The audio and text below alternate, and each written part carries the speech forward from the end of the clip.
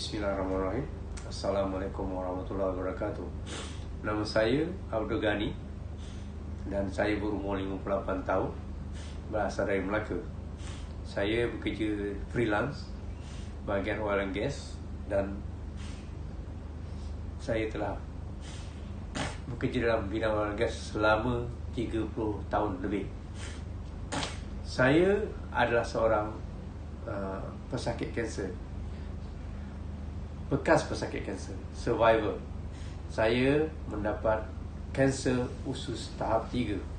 Pengalaman saya jenis itu kanser ni, saya mula-mulanya dikesan macam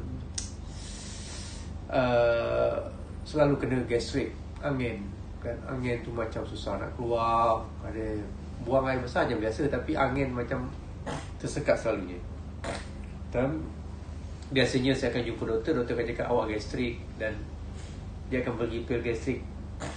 Setelah berjumpa 3-4 doktor dan saya berpindah doktor yang lain, dan ianya masih, simptomnya masih sama. Dan semasa saya bertugas di Bintulu, saya telah berjumpa dengan seorang doktor yang graduate daripada Jepun, dan dia telah mencadangkan saya untuk melakukan kolonoskopi, masukkan kamera dalam usus saya.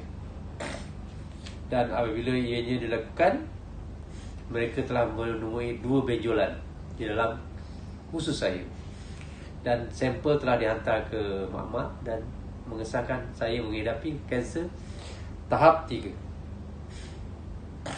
dan pembedahan perlu dilakukan.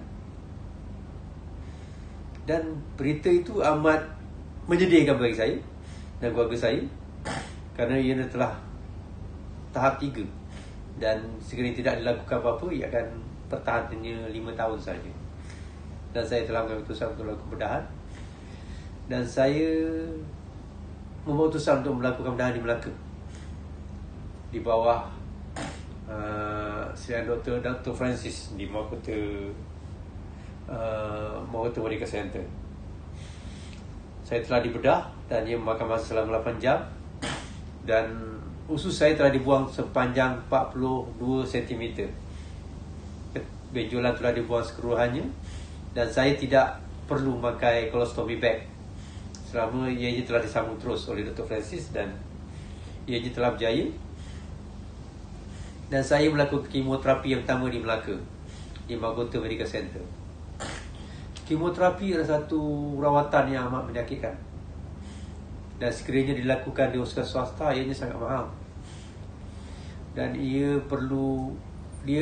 kosnya ialah sebanyak 6,000 satu cycle.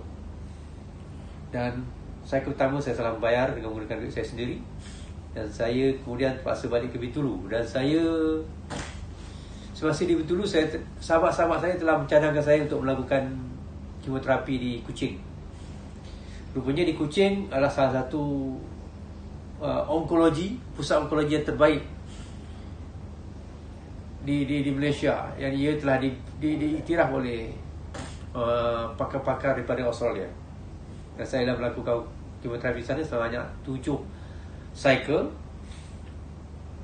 dan memang sesiapa pun akan mengatakan kemoterapi yang menyakitkan. So, kena lalui dugaan itu dan teruskan. Dan selepas habis 7 cycle, semasa dia melakukan kemoterapi itu, banyak simptom dia lah, penyakit-penyakit yang akan kita hadapi, lemah, apa semua, macam-macam ada dugaan kita kena lalui. Sakit dan kulit-kulit akan terkopi, apa semua kita kena lalui. Memang menyakitkan.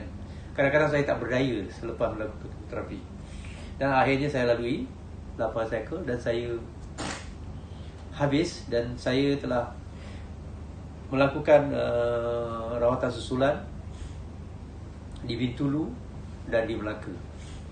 Dan pada tahun 2016 saya disiarkan bebas kanser, dan baru-baru saya telah melakukan susulan dan mengambil sampel darah, dan ianya lah di bawah paras yang diletakkan, iaitu bawah 4 CE.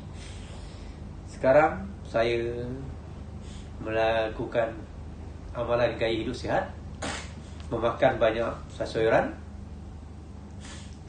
kurangkan makan daging merah. Kambing saya makan sebab ialah sunnah Nabi. Dan saya melakukan senaman dan tidak memikirkan sangat. Sokongan keluarga, rakan-rakan dan tempat kerja adalah salah satu penyebab untuk kita pulih daripada penyakit ini. So, sesiapa yang ada punya saudara, keluarga yang punya kanser, tolonglah beri galakan dan sokongan. Keduanya, untuk semua pesakit kanser, harap laluilah semua rawatan seboleh-bolehnya lah. Habiskanlah semua tu. Bagi saya tidak perlu kita melakukan rawatan sekiranya kita tidak mempunyai sumber kewangan yang cukup, lakukanlah ia di pejabat kerajaan, hospital kerajaan. Ianya sama saja di swasta. Sebab kadang-kadang setiap di pos ada orang yang minta derma untuk melakukan rawatan di swasta. Saya rasa itu adalah tidak wajar. Kerana di swasta dia akan menggunakan kita charge sebanyak RM6,000 untuk satu cycle. Sedangkan di swasta kerajaan hanya RM60. Saya rasa ianya adalah di dalam kemampuan kita dan boleh diminta bantuan lagi. Saya harap sesiapa saja yang punya penyakit kanser hendaklah harungi dengan tabah dan lalui segala cabaran dan lakukan segala prosedur yang ditentukan oleh doktor pakar. Itu saja daripada saya. Hidup dengan gaya sihat. Terima kasih. Pesanan terakhir bagi saya untuk semua rakan-rakan atau semua kita lah, lakukanlah saringan di awal usia. Sebaik-baiknya di awal usia 35, lakukanlah biopsi untuk mengetahui adakah kita menghadapi kanser. Sebab sel kanser sentiasa aktif dalam badan kita. Ada dalam badan kita. Sama ada dia aktif atau tidak saja. Itu saja.